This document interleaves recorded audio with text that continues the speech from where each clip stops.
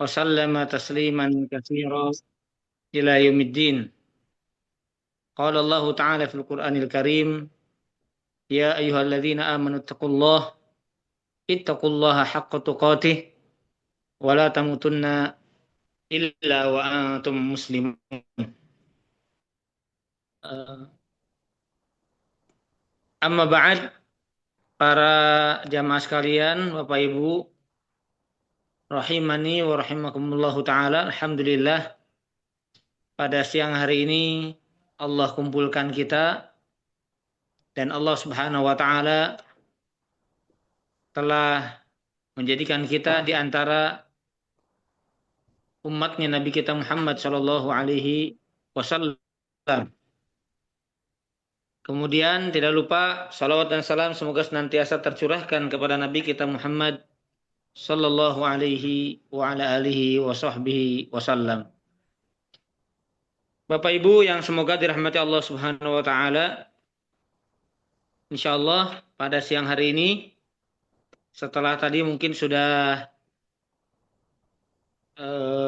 disebutnya apa, setoran mufrodat ya, Iya, kosakata Al-Quran, metode Al-Hasani. Maka kita agar lebih memperdalam kandungan, agar lebih memahami apa yang terkandung di dalam Al-Quranul Karim, maka dibutuhkan yang namanya tadabbur Al-Quran. Kalau ada suara-suara ganggu sedikit, mohon maaf ya.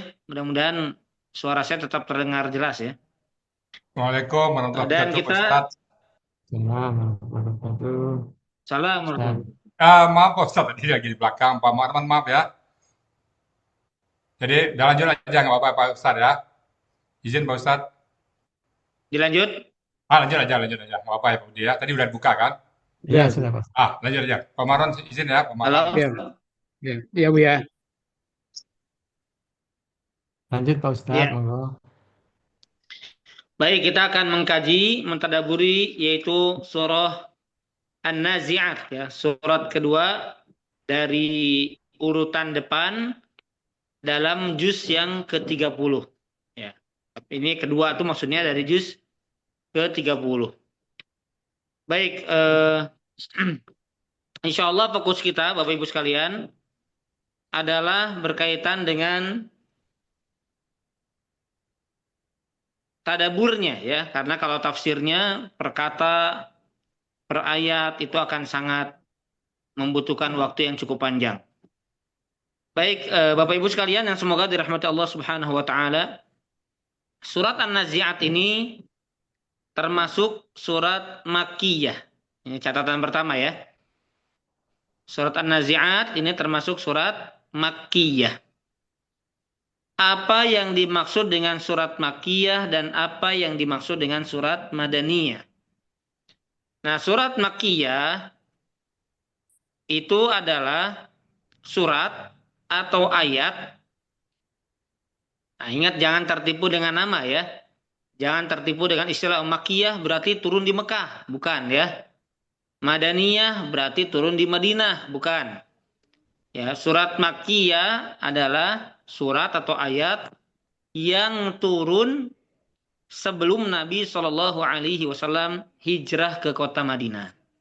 Jadi ayat-ayat atau surat-surat Makkiyah itu pemahamannya adalah ayat tersebut atau surat tersebut turun kepada Nabi Shallallahu Alaihi Wasallam melalui perantara malaikat Jibril. Itu fasenya adalah fase sebelum Nabi Sudah. hijrah ke Madinah. Madinah ya. Baik. Kemudian yang kedua, adapun kalau Madaniyah, jadi nanti agar kita nyambung ya untuk selanjutnya. Adapun Madaniyah berarti surat atau ayat yang turun setelah ya, setelah Nabi. Kalau tadi kan sebelum, ini berarti apa? Setelah Nabi Shallallahu Alaihi Wasallam hijrah ke kota Madinah. Nah, artinya bisa kita tarik kesimpulan bahwa Makkiyah dan Madaniyah itu berkaitan dengan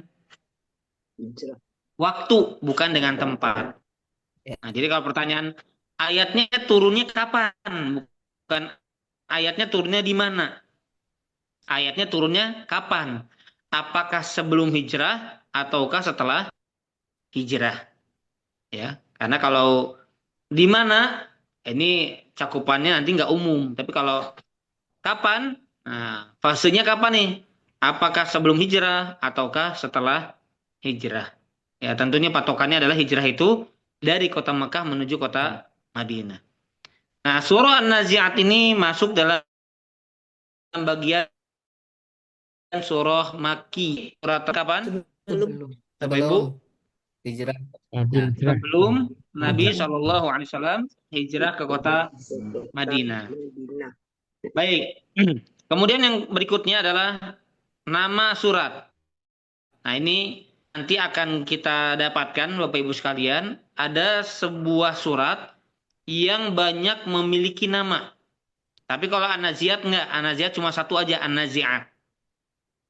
Ya, kalau ada sebagian surat yang dia satu surat tapi namanya banyak. Seperti apa contohnya? Yang paling banyak itu Al-Fatihah. Al-Fatihah itu paling banyak namanya.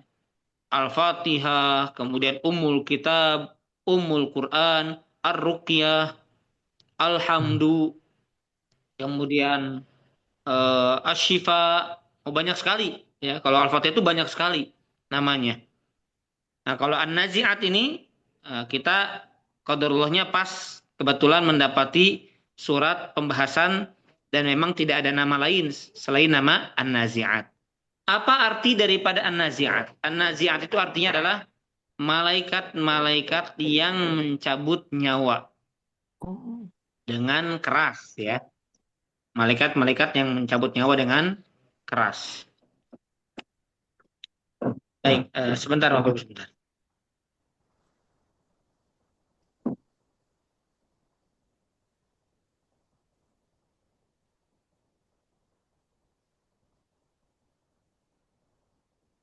Ada Ustaz Mbak. Oh.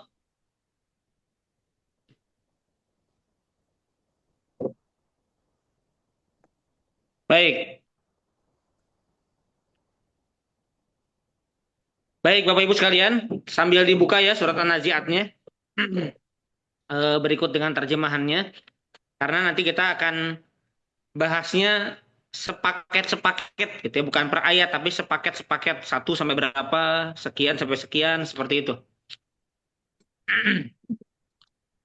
Baik Bapak Ibu yang semoga dirahmati Allah Subhanahu wa taala. Surah An-Nazi'at ini sebab penamaan kenapa dinamakan dengan surah An-Nazi'at? Karena kata tersebut yang dijadikan oleh Allah sebagai sumpah pertama dalam surat ini. Jadi kata An-Nazi'at ini Allah jadikan sebagai kata sumpah pertama yang ada di dalam surat ini. Jadi An-Nazi'at tadi walaupun artinya adalah malaikat pencabut nyawa ya. Nah, ini Allah bersumpah dengan malaikat tersebut. Makanya kata wan nazi'ati gharqa. Artinya apa? Demi malaikat yang mencabut nyawa dengan keras. Ya. Baik, Bapak Ibu sekalian, jadi itu ya. Kenapa Allah menamakan atau kenapa surat ini dinamakan dengan surah An-Nazi'at? Karena Allah menjadikan kata An-Nazi'at sebagai sumpah pertama dalam surat ini. Baik, kemudian berikutnya. Apa intisari pembahasan surah An-Nazi'at ini? Nah, ini bagusnya kitab yang kita kaji ya, insya Allah sampai seterusnya ya, sampai selanjutnya. Ini kitab ini menjelaskan surat-surat itu intisarinya bahas tentang apa sih gitu. Karena kan kalau kita kembali ke masa SD ya Bapak Ibu sekalian, terkadang kalau guru kita misalnya dalam pelajaran bahasa Indonesia, kalau kita disuguhkan atau disajikan sebuah cerita gitu ya, atau sebuah paragraf-paragraf yang panjang, itu kan suka disuruh tuh ya, apa pembahasan utama atau apa pokok pikiran. Ya, ingat ya Bapak Ibu ya. Apa pokok pikiran dari cerita ini? Jadi apa intisarinya? Nah, itu kesimpulan yang kita harus petik, yang kita harus ambil itu harus tepat gitu. Jangan sampai tidak mewakili yang lain. Nah, maka di sini penulis di sini memudahkan kita agar kita tahu setiap surat itu ada pembahasan utamanya.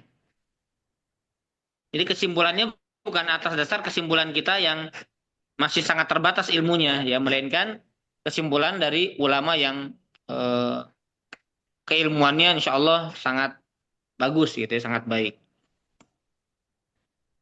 Baik. Adapun pembahasan utama surah An-Nazi'at adalah tentang peringatan terhadap huru-hara hari kiamat. Buang aja itu ganti aja nih. Ya, peringatan terhadap huru-hara hari kiamat. Jadi Allah sedang berbicara. Allah sedang menyampaikan kepada kita bagaimana mengerikannya, bagaimana dahsyatnya, bagaimana gentingnya kejadian-kejadian yang terjadi pada hari kiamat. Ya, kita tahu semuanya Bapak Ibu sekalian, akan ada gempa besar, ya, yang mungkin sekarang nggak terbayang Bapak Ibu gempanya sebesar apa. Kan biasanya kalau dalam dunia BMKG kan ada skala liternya ya, sekian gitu ya. Mungkin 6, 8, 10-an. Nanti hari kiamat nggak kebayang. Entah puluhan, entah ratusan, wallahu alam ya. Makanya manusia sampai dibuat kaget ya. Nanti akan sampai misalnya seperti salah satu contohnya Allah mengatakan idza zulzilatil ardu zilzalaha. Apabila Allah mengguncangkan bumi dengan seguncang-guncangnya. Jadi kejadiannya huru-hara itu luar biasa. Matahari digulung ya. Langit pecah, lautan tumpah. Oh subhanallah. Nah, di surat An-Nazi'at ini nanti ada ayat-ayat yang menjelaskan tentang apa sih huru-hara yang terjadi pada hari kiamat itu apa saja. Nah, ini intisari dari pembahasan surah An-Nazi'at, yaitu peringatan terhadap huru-hara hari kiamat. Baik, berikutnya kita masuk langsung kepada tema-tema yang ada di dalam surah An-Nazi'at. Apa saja sih pembahasan yang ada di dalam surah An-Nazi'at berdasarkan tema-temanya? Kalau tadi kan pembahasan inti dari keseluruhan. Dari keseluruhan An-Nazi'at ini berbicara tentang huru-hara hari kiamat. Nah, adapun tema-tema apa saja yang ada dalam surah An-Nazi'at, ini kita akan bahas. Baik, yang pertama Bapak Ibu sekalian, tema yang pertama adalah pemaparan sebagian dari peristiwa-peristiwa pada hari kiamat.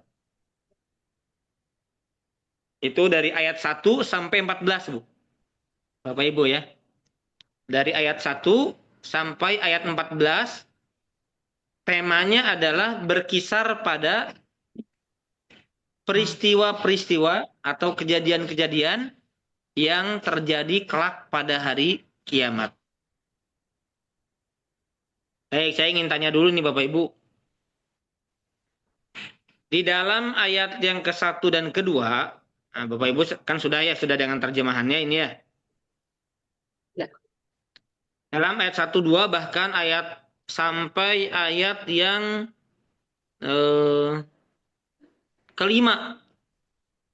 Ya, itu kan berbicara tentang sifat-sifat malaikat ya, terutama ayat 1 dan 2. Allah mengatakan wan-nazi'ati gharqa wan-nasyitati nashta. Nah, di sana kan Allah berbicara tentang perbuatan yang dilakukan oleh malaikat Allah kan begitu ya, Bapak Ibu ya? Ya.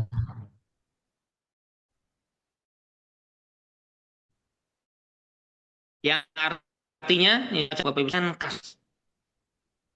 Yang kedua, demi malaikat yang mencabut nyawa dengan lemah lembut.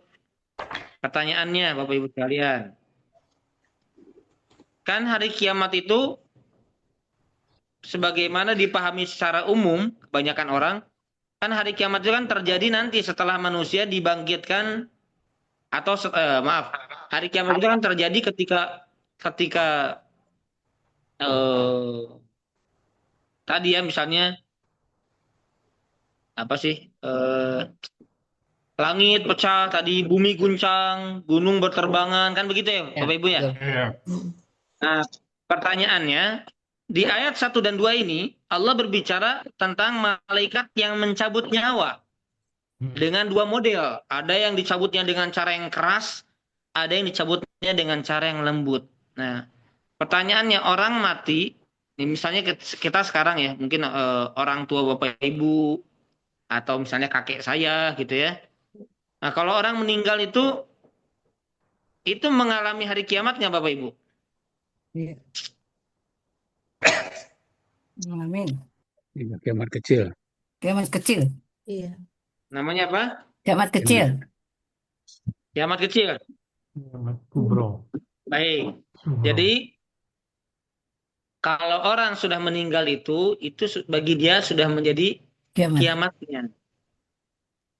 Ya, kiamatnya karena dia maksudnya di dalam pembahasan ini adalah dia sudah berpindah alam, yaitu ke alam akhirat. Walaupun istilah lainnya alam barzakh, Bu ya, alam kubur. Tapi dia sudah berpindah ke alam akhirat.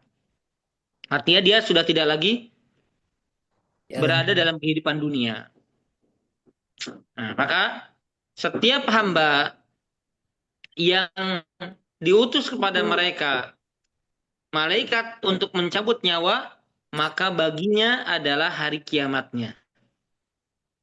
Baginya adalah hari dia berpindah dari alam dunia menuju alam Barzah. akhirat atau alam barzakh. Ya. Baik. Kita fokuskan dulu di dua ayat ini. Nanti kita secara umum ya untuk tema pertama. Mohon maaf ini agak berisik ya Bapak Ibu. Tema pertama, ingat ya tadi ya, dari ayat 1 sampai 14 berbicara tentang apa? Peristiwa-peristiwa pada hari kiamat. Baik. Bapak Ibu sekalian, rahimani wa rahimakumullah ta'ala. Ketika Allah berbicara tentang perbuatan malaikat yang mencabut nyawa, maka Allah sebutkan ada dua di sini. Ada model malaikat yang mencabut nyawa manusia dengan sangat keras. Subhanallah. Ya, dan kita mohon kepada Allah Subhanahu wa taala mudah-mudahan kita tidak masuk dalam golongan yang pertama ini Bapak Ibu. Amin, amin ya rabbal Amin ya alamin. rabbal alamin. Nah, Allah mengatakan apa? Wan nazi'ati gharqa. Dan demi malaikat yang mencabut nyawa dengan keras. Kata para ulama, ahli tafsir, ini maksudnya adalah terutama adalah orang-orang yang mati dalam keadaan kafir. Yaitu dicabutnya dengan sadis, dengan keras. Pertanyaannya, pernah nggak Bapak Ibu ngelihat orang, maaf ya, di luar Islam, tapi meninggalnya dalam keadaan senyum? Pernah nggak Bapak Ibu? Senyum gitu. Ada nggak Bapak Ibu? Tapi orang di luar Islam ya, meninggalnya senyum. Nah itu jangan tertipu Bapak Ibu.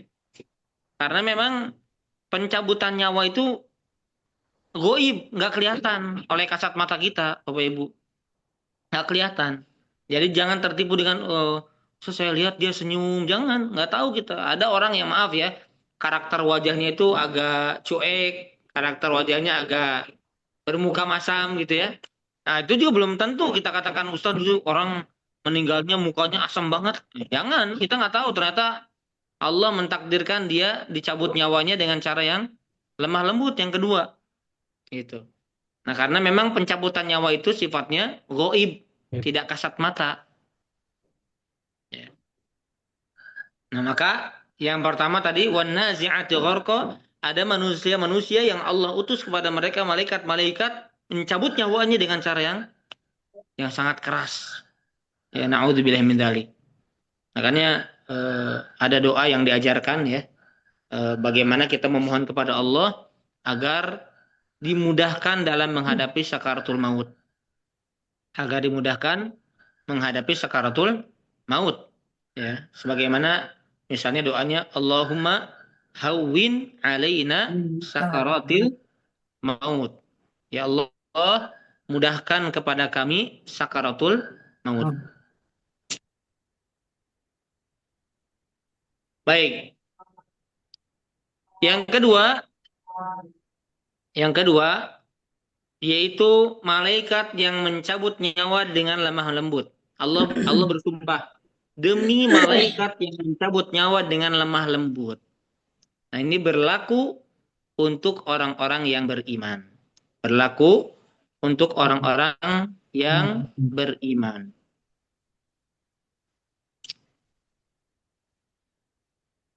Terutama orang-orang yang soleh dari kalangan orang-orang beriman. Karena orang beriman kan bertingkat-tingkat. Ada yang imannya lemah, ada yang imannya pertengahan, ada yang imannya kuat. Termasuk yang Gitu mencintai ya. Quran ya, Pak Ustaz ya. Kenapa? Termasuk yang mencintai Al-Quran ini lemah lembut nanti ya. Amin. Amin. Amin, amin. Amin. Amin. Kita berharap mudah-mudahan demikian ya.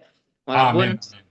Walaupun kita meyakini iman kita ini masih lemah ya Bapak Ibu, cuma kita berharap mudah-mudahan Allah curahkan limpahan rahmatnya kepada kita sehingga kita digolongkan kepada orang-orang yang kelak dicabut nyawanya oleh malaikat-malaikat dengan cara yang lemah lembut. Amin ya rabbal alamin. Ya. Tapi perlu kita ketahui Bapak Ibu, kita ketahui bersama pembahasan para ulama, selembut-lembutnya malaikat maut mencabut nyawa seorang yang soleh, tetap rasa sakitnya luar biasa. Karena kenapa? Karena sekelas Nabi saja, ini pendapat yang benar ya, sekelas Nabi saja tetap merasakan sakitnya sakaratul maut. Itu orang soleh yang dijamin surga. Apalagi kita yang belum jelas surganya kan ya, belum ada kepastian gitu maksudnya. Dalam artian kita belum tahu nanti kita meninggalnya dalam keadaan apa, kita nggak tahu. Nah, kata para ulama, kok bisa Nabi merasakan sakitnya sakaratul maut? Karena kematian itu sama seperti kehidupan dunia. Kehidupan dunia kan isinya ujian. Nah, ketika seorang menghadapi kematian, itu pun ujian bagi dia. Maka ketika dia bersabar menghadapi sakitnya sakaratul maut, justru itu menjadi pahala bagi dia. Makanya jangan tertipu dengan akhir, jangan tertipu dengan keadaan kondisi terakhir kita. Karena Allah pun sedang menguji seorang ketika dicabut nyawanya ya oleh para malaikat walaupun dengan cara lemah lembut tapi ada rasa sakit yang akan dirasakan, itu sebagai ujian terakhir yang dihadapi dalam kehidupan dunia. Karena kalau ruhnya sudah berpisah, berarti dia sudah pindah alam. Itu sudah pindah alam. Nah, selama kita berada di alam sebelum surga itu semuanya bentuknya ujian. Ya, hari menghadapi kematian ujian. Nanti hari-hari di alam barzakh ujian. Nanti setelah hari dibangkitkan ujian. Nanti dihisab ujian. Kemudian hari ditimbangnya amal ujian. Hari berjalan di atas sirat, jembatan yang dibentangkan di atas neraka jahanam itu ujian. Kapan tidak ada lagi ujian? Ketika salah satu kaki kita ditapakkan di dalam surga, baru tidak ada lagi ujian. Tapi selama sebelum masuk ke dalam surga, maka kehidupan manusia tidak akan lepas dari yang namanya apa? Ujian. Ya. Nah, tapi kita perlu jelaskan juga orang beriman walaupun dia merasakan sakitnya sakaratul maut, tapi tidak sesakit orang yang mati dalam keadaan kufur kepada Allah, dalam keadaan syirik kepada Allah, dalam keadaan mengingkari Allah, ya. Baik dari kalangan ateis atau kaum musyrikin atau orang-orang di luar Islam, maka mereka akan dicabut nyawanya dengan cara yang keras. Naudzubillah min dzalik. Baik, kemudian ini kita tidak bacakan semua ya, tidak akan cukup waktu. Jadi kita sistemnya tadabur ya. Di sini juga dijelaskan ya dari ayat 1 sampai 14 itu di antara tema yang disebutkan adalah tugas-tugas malaikat yang lain. Tadi kan ada tugas malaikat itu ada yang mencabut nyawa. Kemudian juga ada malaikat yang mengatur urusan dunia. Nah, seperti misalnya di antaranya adalah ayat yang kelima. Fal mudabbirati amro.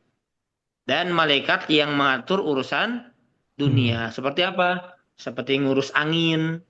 Ya, angin ini akan kencang atau pelan. Kemudian ngurus hujan. Gitu ya. Itu urusan-urusan dunia itu Allah tugaskan para malaikat juga untuk apa? Mengatur urusan dunia itu. Gitu. Terus ada malaikat penjaga gunung. Sebagaimana riwayatnya seperti ketika Nabi SAW pertama kali hijrah ke Taif. Kemudian Nabi dilempari oleh batu-batuan sampai berdarah wajahnya oleh penduduk kota Taif. Maka malaikat penjaga gunung menawarkan kepada Nabi, "Wahai Muhammad, wahai Nabiullah, maukah aku timpakan gunung ini yang sedang saya jaga nih, gunung ini, aku timpakan kepada orang-orang yang mendustakanmu, kepada orang-orang yang menganiayamu, kepada orang-orang yang mengganggu dakwahmu?"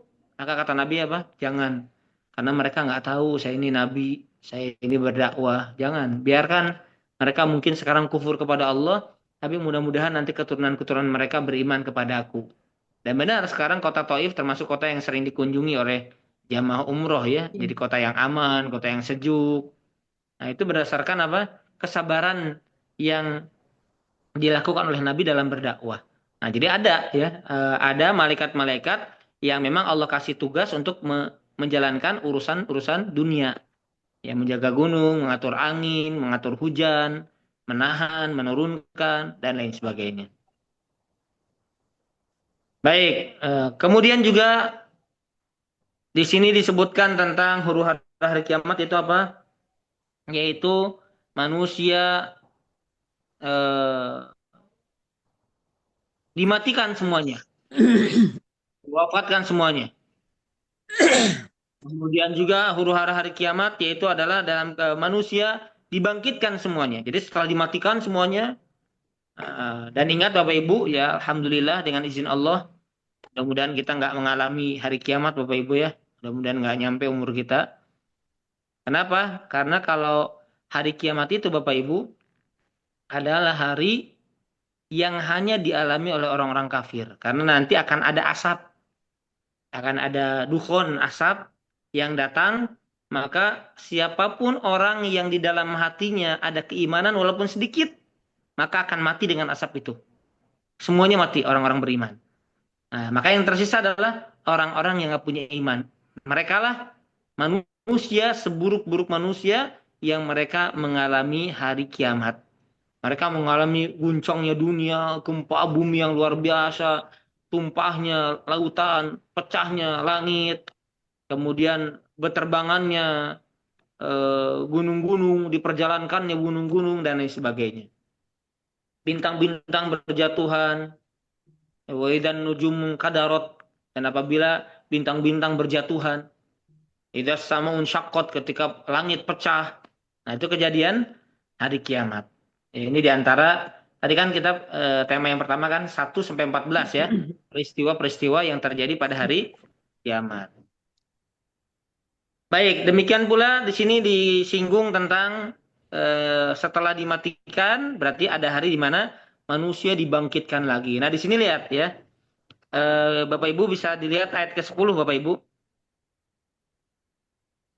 Nah, mereka kaget ya, orang-orang kafir berkata, apakah kita benar-benar akan dikembalikan kepada kehidupan yang semula? Jadi mereka nggak beriman, Bapak Ibu, karena yang mereka yakini selama ini, orang kalau sudah mati jadi tulang belulang, habis darah dagingnya, habis semuanya, nggak mungkin bisa hidup lagi, dibungkus kulit lagi sempurna, nggak mungkin. Itu orang kafir. Beda dengan orang beriman. Kita mengimani nggak Bapak Ibu? Beriman nggak kalau kita ini bakal hidup lagi setelah mati? Beriman. Nah itu perbedaannya. Kalau kita mengimani jadi nggak kaget gitu. Karena kita baca Quran, kita baca hadis, bahwasanya Allah menerangkan kepada kita bahwa kita akan mati, habis tubuh kita, tapi dikembalikan kita hidup, ruhnya dikembalikan, ya. Nah itu iman kita.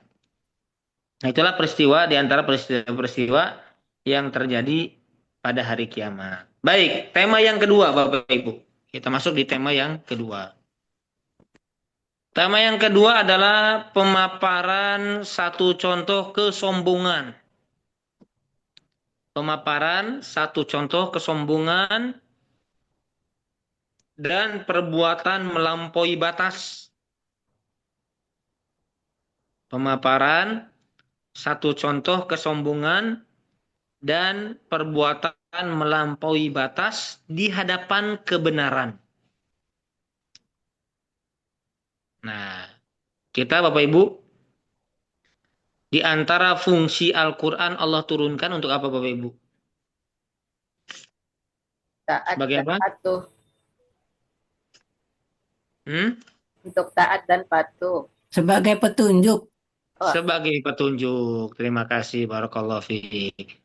Dzalikal kitabu la raiba fihi hudal Dalil lil muttaqin. muttaqin. Itu fungsi Al-Qur'an diantaranya sebagai petunjuk bagi orang-orang yang bertakwa. Berarti orang kalau sudah dikasih petunjuk, apa yang harus dia lakukan? Dia mengambil pelajaran dari petunjuk itu. Saya harus ngapain nih? Nah, begitu, Bu. Dikasih petunjuk nih. Saya harus ngapain? Pergi ke sana atau pergi ke sini? Belok kanan atau belok kiri? Nah, belok kanan, oh biar nggak nyasar nih, biar sesuai dengan tujuan kita. Belok ke kiri, jangan-jangan nyasar.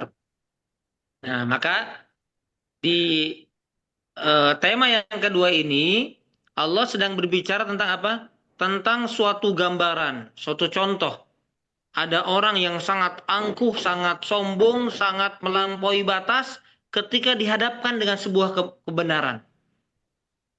Siapa itu Bapak Ibu? Fir'aun. Firaun. Jadi Firaun ini simbol orang paling sombong sedunia, gitu ya. Simbol orang paling angkuh atau simbol orang yang paling melampaui batas di hadapan kebenaran. Ya, ini Firaun. Nah, apa? Jadi Firaun ini, Bapak Ibu sekalian, diceritakan oleh Allah salah satunya di surat An-Nazi'at ini kan banyak ya, Firaun ini kan di surat Al-Baqarah ada ya, dan surat yang lain ada ya. Maka ini agar menjadi petunjuk bagi orang beriman, jangan kayak Firaun gitu. Ketika engkau berhadapan dengan suatu kebenaran dan ini sudah nyata di hadapan kita, ini benar gitu ya, jangan kayak Firaun malah menolak. Bahkan Firaun bukan saja menolak, bahkan apa? Nantangin Allah. Bahkan membangkang kepada Allah, bahkan lebih parahnya, paling parahnya puncak keparahan itu apa? Ngaku Allah gitu, ngaku kalau dia itu Tuhan. Nah, ini satu gambaran ya, agar kita agar kita mengambil pelajaran Bapak Ibu ya, bukan sekadar oh ceritanya gitu toh, bukan begitu ya. Quran itu bukan kisah fiktif yang dibuat-buat, bukan. Tapi kisah yang bisa dijadikan sebagai ibroh, sebagai pelajaran yang kita harus petik, yang kita harus terapkan dalam kehidupan. Yang baik kita jalankan, yang buruk jangan kita contoh. Nah, di sini Allah sedang memaparkan nih. Nih, lihat nih orang sombong nih. Siapa dia namanya? Firaun, raja Mesir. Itu ini perbuatannya begini begini begini. Nah, siapa nabi yang diutus kepada dia? Musa, gitu. Ada saudaranya juga, siapa? Harun. Nah, seperti itu ya. Jadi tema yang kedua, Allah sedang memaparkan tentang satu contoh kesombongan dan perbuatan melampaui batas di atas atau di hadapan kebenaran. Nah, itu berkisar dari ayat 15 sampai ayat ke-26. Dari ayat 15 sampai ke-26.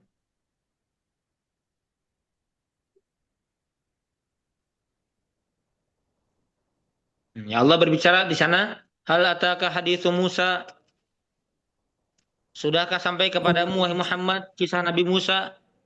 Idnada rabbahu bilwa idnadahu rabbuhu bilwadil muqaddasi tuwa. Ketika Tuhan memanggilnya, yaitu memanggil Nabi Musa di lembah suci, yaitu lembah Tua. Apa kata Allah kepada Nabi Musa? Idhab ila fir'auna innahu tagha. Wahai Musa, berangkat kamu, pergi kamu kepada Firaun. Maksudnya dakwahin, nasehatin, ceramahin. Kenapa? Karena sesungguhnya dia telah melampaui batas. Maksudnya ini zolimnya, jahatnya, maaf ya, kurang ajarnya Firaun ini udah terlaluan gitu. Mudah-mudahan kalau kita enggak Bu ya, walaupun kita punya dosa, punya kemaksiatan, tapi insya Allah mudah-mudahan enggak terlalu melampaui batas lah ya Bapak Ibu ya. Tapi kalau melakukan dosa, kedoliman kan semua kita pasti punya dosa ya. Bentar.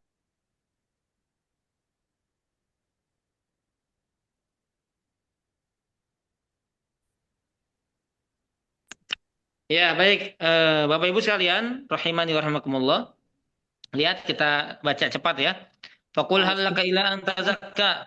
Kata Allah, maka katakan kepada Firaun, adakah keinginanmu untuk membersihkan diri? Jadi Nabi Musa ini berdakwah kepada orang yang paling bangkang sedunia ini baik-baik loh, Bapak Ibu. Ya baik-baik. Jadi ini pelajaran penting Bapak Ibu ya. ada orang sebangkang Firaun aja, seorang dai itu diperintahkan untuk berdakwah dengan cara lemah lembut, gitu loh. Nah, pertanyaannya di zaman sekarang ini, Bapak Ibu, ada nggak manusia yang lebih kufur daripada Firaun? Kan nggak ada. Nah, itu jadi kan tolak ukur ya, Bapak Ibu ya, di dalam berdakwah.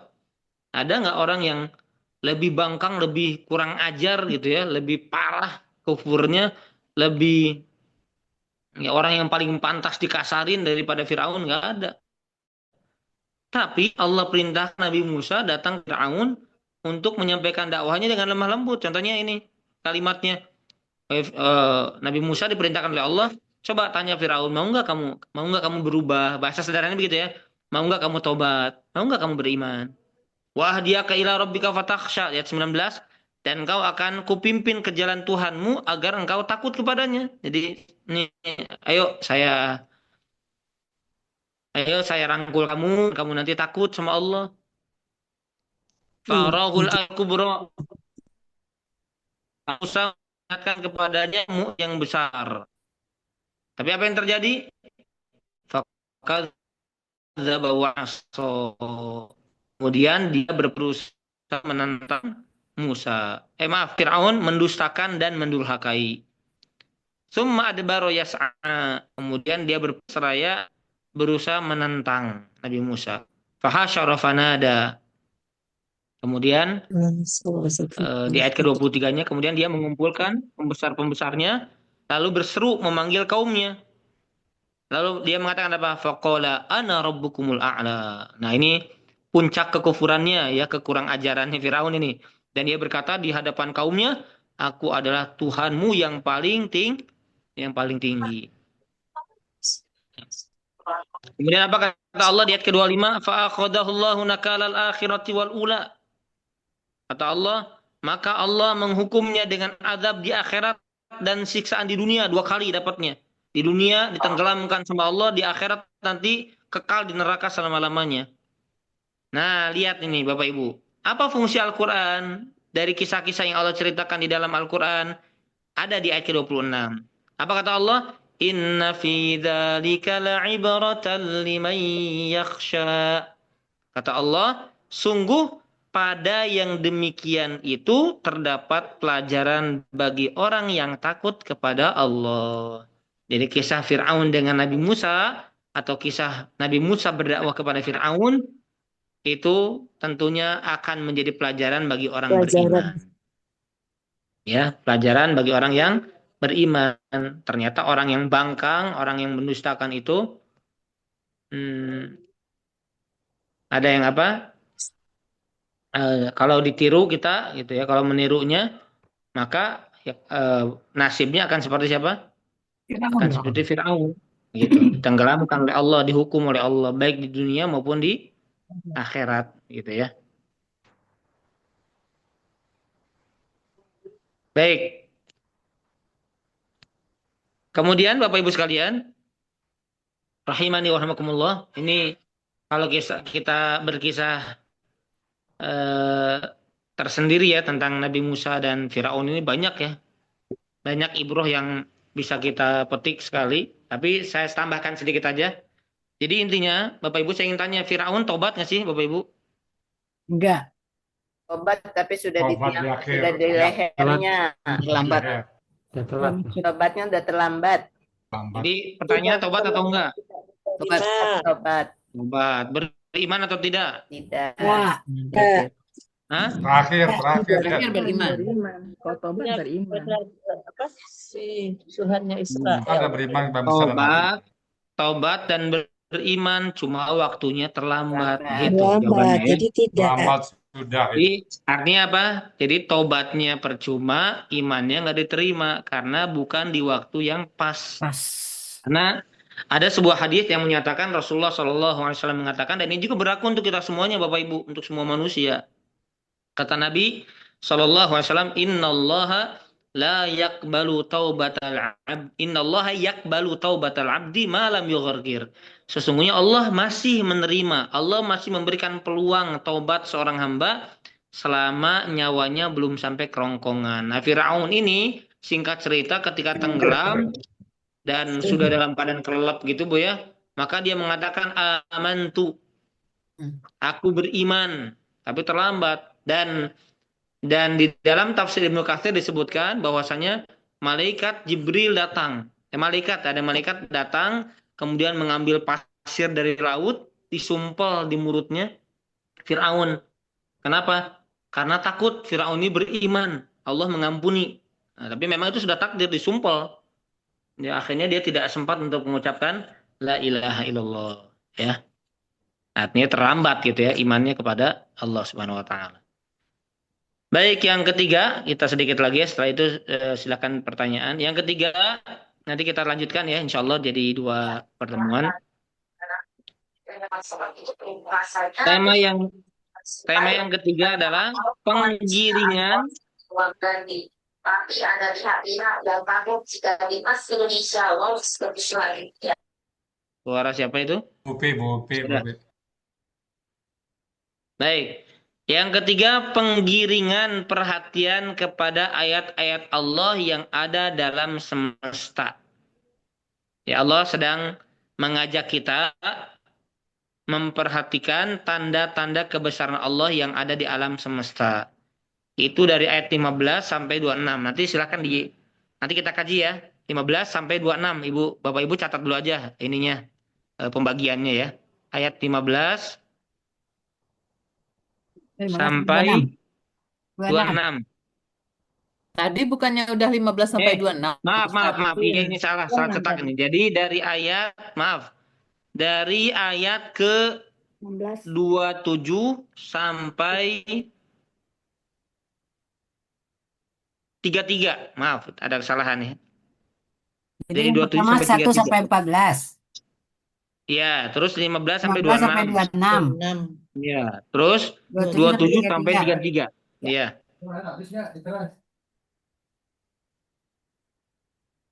Oke. Baik, itu dulu Bapak Ibu materi kita pada siang hari ini. Masih ada waktu, silakan kami berikan ruang untuk tanya jawab. Baik, terima kasih Pak Ustadz Abu Bakar. Ternyata waktu 45 menit itu terasa singkat kalau kita Singkat sekali. mentadaburi. Ya, singkat Betul, sekali. sangat singkat sekali. Ya, yang akan datang juga silakan teman-teman, apakah kita lebih mendalami lebih dari ini atau cukup sampai seperti ini. Dan untuk selanjutnya adalah mari kalau ada Saya dulu sahabat, Pak Arman. ya silakan Buya, silakan Buya. Terima kasih Buya. Bismillahirrahmanirrahim. Assalamualaikum warahmatullahi wabarakatuh. Waalaikumsalam. Alhamdulillah. Alhamdulillahirrabbilalamin. Wassalatu wassalamu ala asyrafil anbiya'i wa mursalin wa ala alihi wa sahbihi ajma'in. Saya mohon maaf Pak Ustadz. Tadi pada saat Pak Ustadz masuk, saya lagi di belakang jadi nggak sempat. Jadi sekali lagi saya mohon maaf ya. Dan terima kasih kepada Pak Ustadz yang sudah bersedia hadir dalam kajian, mungkin judulnya tematik ini, bagaimana tafsir dari ayat-ayat yang dipelajari. Karena memang kita khususkan kepada gramatikal. Ya, kita khusus gramatikal aja, bagaimana bentuk-bentuk katanya, bagaimana bentuk pola-polanya, itu aja kita pelajari. Namun kalau kita ingin memahami dalam, kita buka tafsir. Lagi Bapak Ibu, kita makasih kepada Pak Ustadz ya. Jadi rutin nih Pak, marmannya sekali sebulan. Iya, insya Allah Bu ya. Pekan ke berapa? Pekan terakhir hari Kamis Bu ya. Pekan terakhir hari Kamis ya. Oke. Kemudian Pak Ustadz dimudahkan oleh Allah untuk mengisi jadwal di sini Pak Ustadz ya. Insya Allah. Terima kasih Pak Ustadz. Gitu aja. Lagi saya mohon maaf tadi terlambat tahu ya. Artinya sedang berhalang ke belakang ya. Oke Pak Muhammad, makasih Pak Muhammad ya.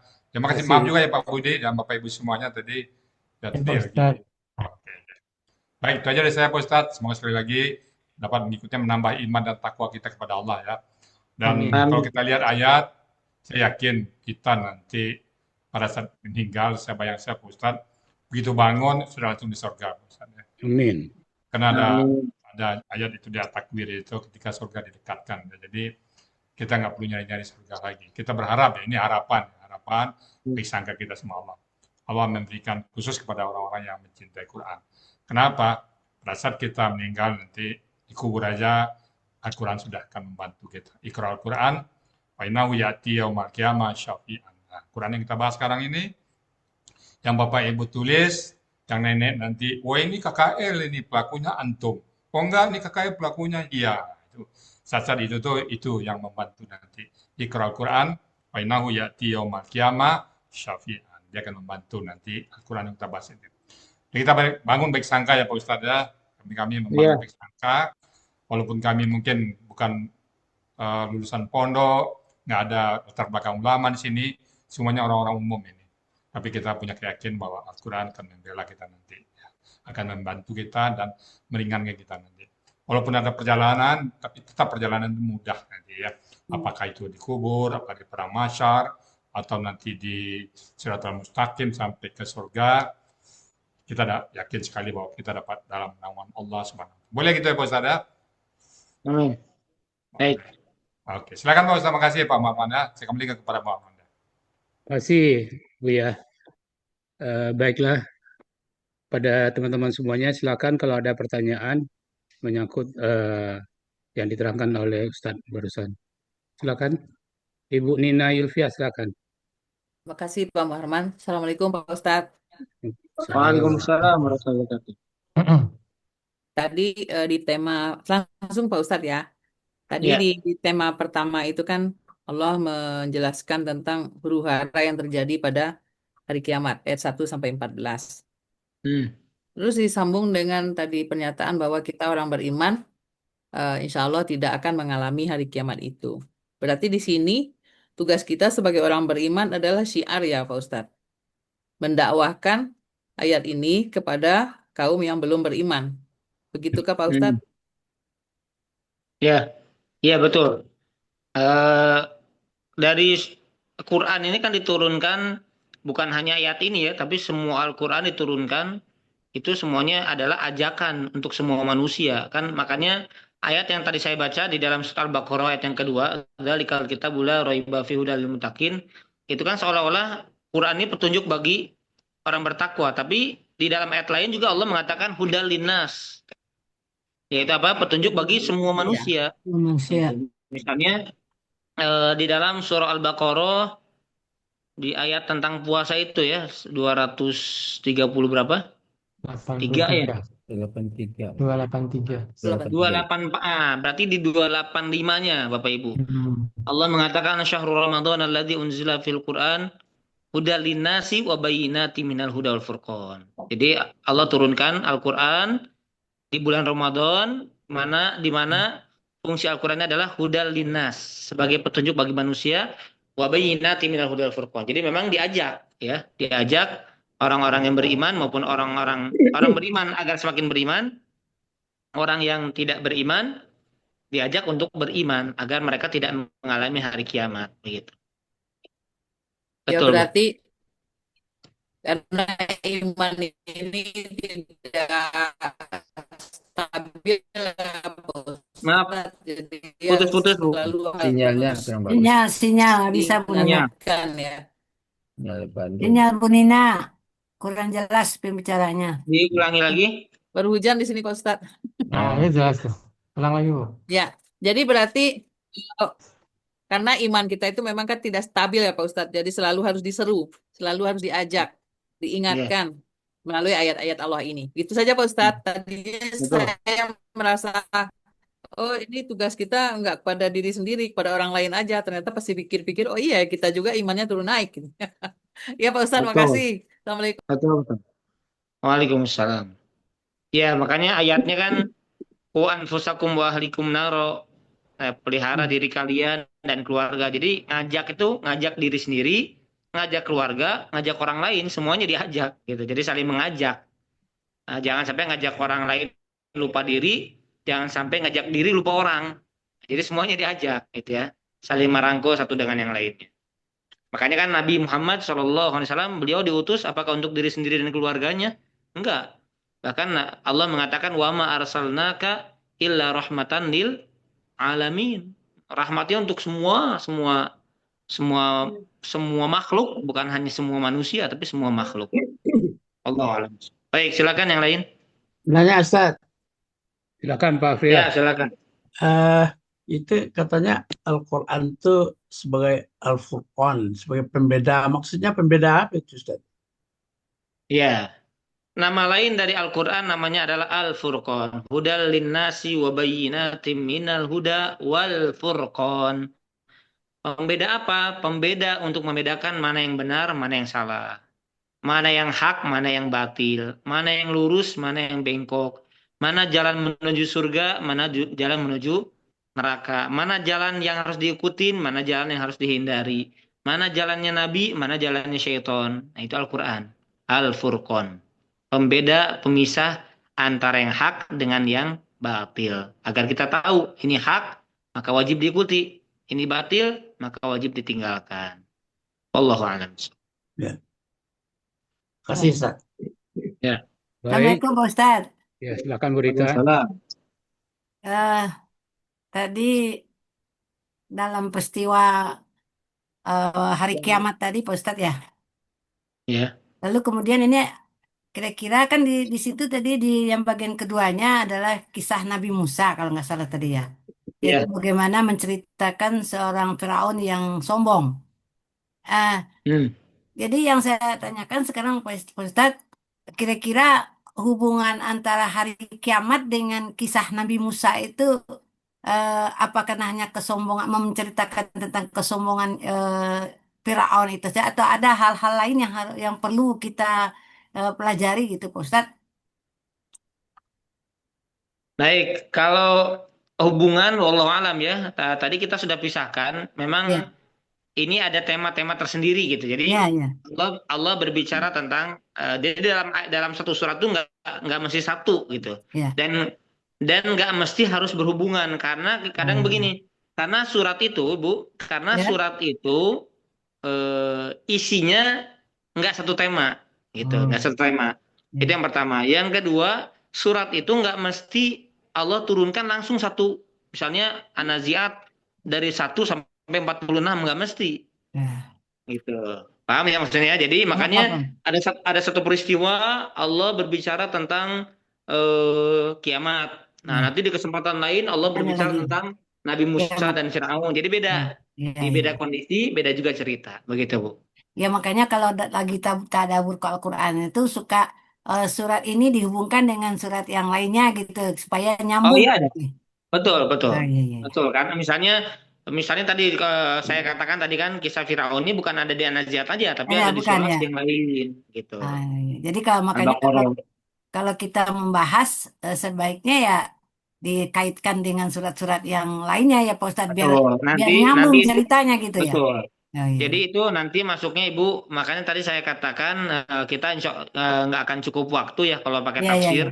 Makanya kita fokusnya ke tadabbur, karena kalau tafsir ya mungkin Panjang. kita 5 ayat ini bisa nyambung ke surat puluhan surat. Ya, itu mungkin 1 jam tuh 5 ayat aja gitu.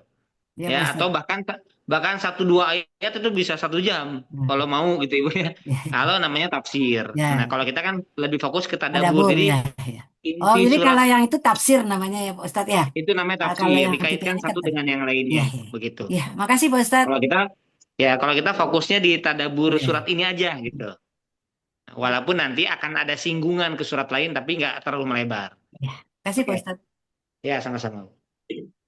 Baik, silakan. Kalau ada yang Bapak Ibu yang lain yang ingin ditanyakan. Izin Pak Marwan. Silakan Pak Master.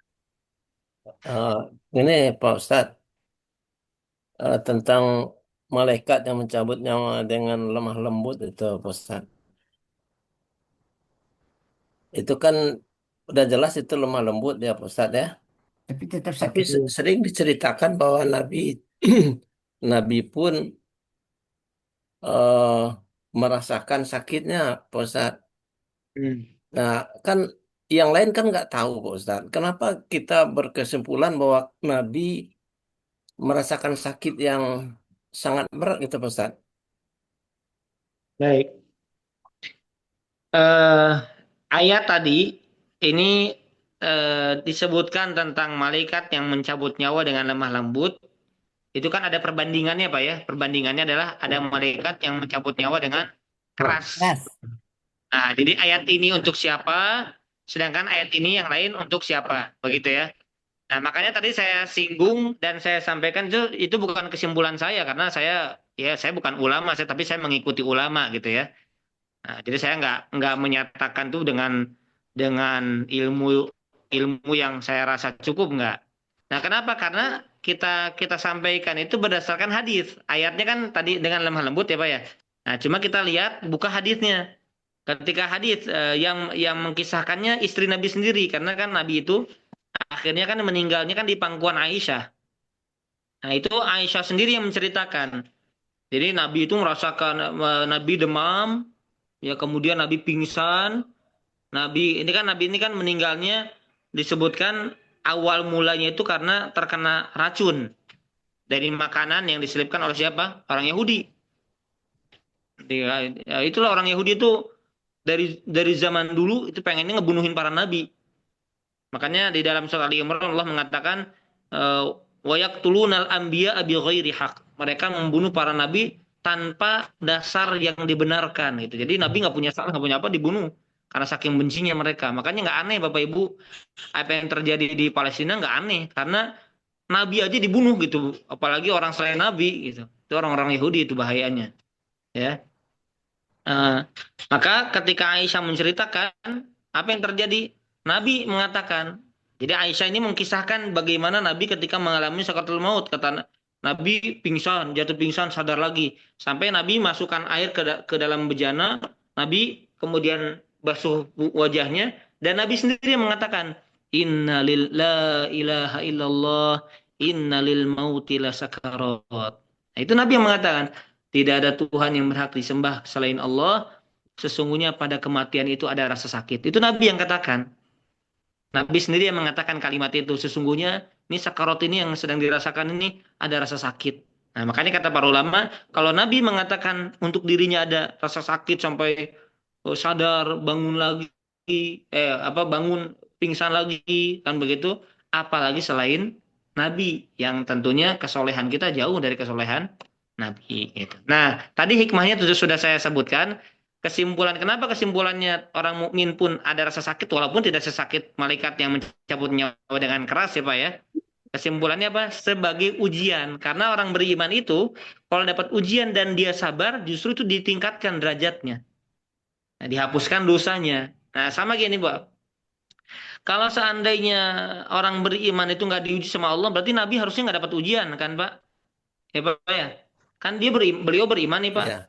Harusnya orang beriman kan berarti harusnya udah nggak usah diuji sama Allah, kan beriman. Udah soleh banget. Kenapa diuji sama Allah? Justru ujian itu untuk apa?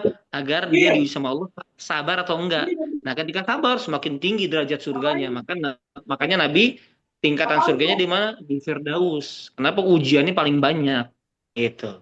Nah sama ketika menghadapi kematian itu ujian. Nah, ketika sakit apa yang dirasakan? Ketika sakit dia sabar semakin tinggi. Nah beda kalau dengan orang maksiat.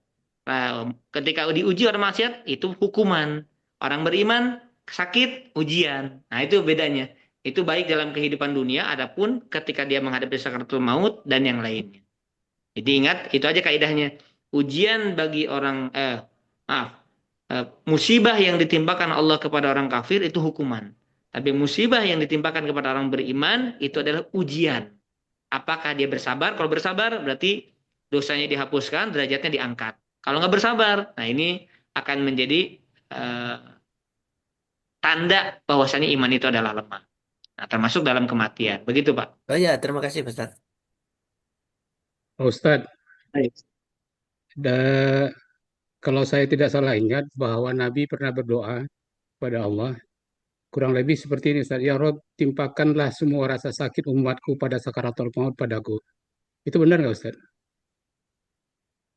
Nah, saya belum mendapatkan riwayatnya, jadi harus dicek lagi. Tapi saya nggak pernah dengar ya selama ini riwayat itu. Kalau takutnya diada-adakan, jadi harus saya cek kembali. Karena kalau seperti itu seolah-olah berarti nanti setiap orang beriman nggak merasakan sakaratul maut.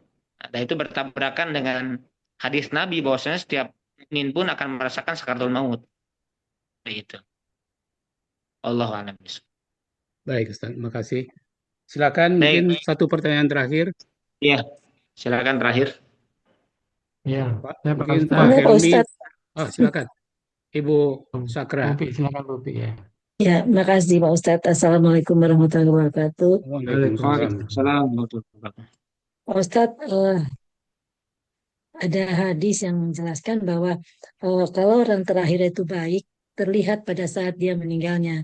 Jadi dia seolah-olah telah melihat tempatnya untuk di mana dia akan ditempatkan. Jadi terlihat di wajahnya tersenyum atau yang lain-lainnya. Dan kalau dia melihat tempat yang sulit, akan tercermin juga di wajahnya bahwa dia akan terlihat susah atau menakutkan kita lihat. Jadi seperti itu. Gimana menurut Ustaz? Terima kasih. Baik. Nah, tadi saya menyatakan bahwasanya senyum itu bukan tanda kepastian orang itu matinya dalam keadaan husnul khotimah. Karena kalau senyum itu adalah sebuah tanda dia mendapatkan husnul khotimah, Bapak Ibu coba lihat ya, bisa di YouTube atau di TV. Banyak orang-orang, maaf ya, orang-orang di luar Islam, Kristen atau apa, banyak karena memang dia diciptakan sama Allah, wajahnya tuh someyah atau enggak someyah, Bu. Jadi dia tuh senyum gitu, orangnya mudah senyum. Jadi pas meninggalnya juga kelihatan senyum. Apakah kita mengatakan, ini berarti penghuni surga gara-gara senyum? Enggak. Nah, sedangkan berbeda dengan ada kan orang, maaf ya Bu ya, ada orang Islam, memang ciptaan dari Allahnya kayak mesem aja, dari bayinya begitu, dari bayinya begitu. Apakah kita mau katakan, ini kayaknya suul khotimah nih? Enggak Bu.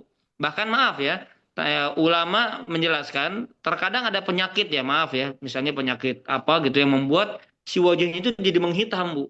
Nah kita nggak bisa katakan, ini wajahnya serem gini ya pas meninggalnya. Nggak boleh, kita bersuudzon, nggak boleh. Selama dia masih beriman dan kita tahu bahwasanya dia ini mati dalam keadaan Islam, tetap kita berbaik sangka karena bukan sebuah kepastian kalau wajah. Walaupun ya memungkinkan, mungkin aja ada orang lagi baca Quran senyum mati meninggalnya. Nah kita katakan apa? Semoga itu tanda kebaikan, tapi bukan kepastian, nggak boleh. Kepastian nggak boleh. Ya apalagi hanya dari raut wajah gitu. Jangan, apalagi dia masih beriman. Ini wajahnya cuek amat, matinya nanti mesem. Ya, jangan ya. Berarti nanti suul khotimah, nggak boleh kita. Seperti itu Bu. Jadi bukan sebuah tanda kepastian, tapi kalaupun ada yang wafat dalam keadaan misalnya dalam ketaatan, kemudian terlihat wajahnya berseri-seri, yaitu semoga menjadi tanda kebaikan bagi orang tersebut. Begitu Bu. Allah Iya, makasih Ustaz. Ya karena pernah juga melihat kalau orang kafir itu juga ada yang senyum juga gitu. Pernah juga Nah, itu dia. Makanya kan kalau begitu nanti kita, ini berarti masuk surga dong. Berarti kita yang Islam malah masuk neraka. Bahaya kan gitu. Baik, cukup Pak Marman ya. Baik Pak Ustadz, terima kasih telah mengisi kajian pada siang hari ini di grup Al-Kayis Al-Hasani. Untuk seterusnya saya kembalikan kepada Pak Budi. Silakan Pak Budi. Baik, terima kasih Pak Marman. Terima kasih Pak Ustadz yang sudah memberikan pencerahan pada kami semuanya. Ini satu khusus dari Pak Marman. Kami di kelas ini mempelajari tentang gramatikalnya dan untuk memperdalamnya dengan tadabbur. Jadi Pak Marman punya inisiasi yang sangat bagus. Dan untuk itu kita semua mengucapkan terima kasih kepada Pak Ustadz. Mudah-mudahan kita semuanya semakin mencintai Al-Quran dan juga semakin kita istiqomah di dalam pelajarinya. Demikian Pak Ustadz, mudah-mudahan kita bisa ketemu kembali meskipun kita mestinya masih ada beberapa pertanyaan, tapi karena waktunya sudah nggak cukup, ya mungkin nanti lain kali insya Allah kita akan sampaikan kepada Pak Ustadz. Baik Bapak Ibu sekalian, kita ucapkan terima kasih sekali lagi pada Pak Ustadz. Mudah-mudahan Pak Ustadz selalu diberikan umur panjang dan juga sehat walafiat dan juga selalu di bawah lindungan Allah Subhanahu wa taala. Amin. Demikian Pak Ustadz, dan mari Bapak Ibu sekalian karena waktunya sudah jam 3 ya, bentar lagi asar. Mari kegiatan ini kita tutup bersama-sama dengan baca doa khutbah Quran. Atau mungkin sebelumnya mungkin Pak Ustadz ada tambahan Pak Ustadz? Cukup tadi. Cukup tadi. Cukup Pak Ustadz. Baik. Mari kita akhiri bersama-sama dengan baca doa khutbah Quran dan juga doa kafaratul majelis. Bismillahirrahmanirrahim. Allahumma arhamna bil Qur'an waj'al lana ونورا وهدى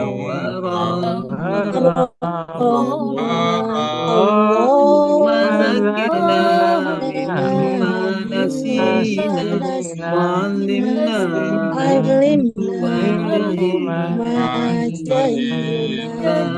warzuqna تلاوة الليل